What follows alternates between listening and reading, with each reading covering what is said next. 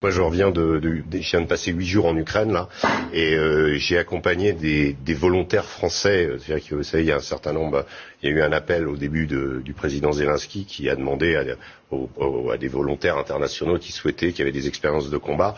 Et donc j'ai accompagné 3 Français, dont un qui a déjà été militaire avant, et 2 qui avaient combattu ensemble au Rojava avec les Kurdes contre Daesh. Donc des gens qui avaient des expériences militaires.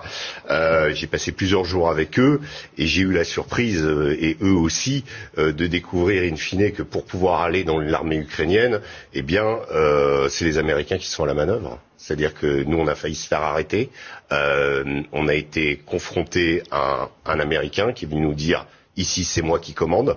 C'est pas les Ukrainiens qui commandent, c'est moi qui commande. Je parle de la formation et de l'enrôlement dans l'armée ukrainienne de volontaires internationaux. Voilà. Le type m'a même donné son nom.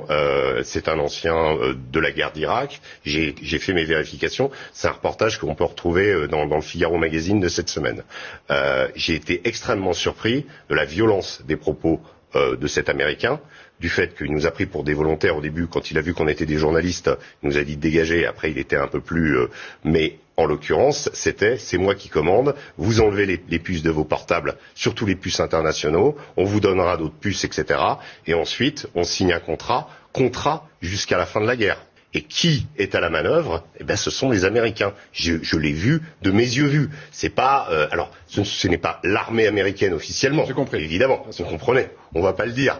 Mais en l'occurrence, c'est quand même quelque chose d'assez Américains. Ouais. C'est quand même assez significatif. On sait que là, hier, ils ont envoyé une centaine de nouvelles armes qui s'appellent des Switchblade, qui sont des sortes de drones qu'on envoie par mortier et ensuite qu'on peut téléguider, donc des nouvelles armes.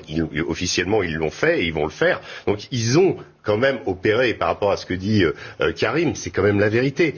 Moi, j'ai eu l'impression un petit peu, quelque part, que cette guerre, au-delà de l'aspect romantique, je veux dire, moi j'ai l'impression d'être avec les brigades internationales, et in fine, je me retrouve avec le Pentagone, quoi, en face.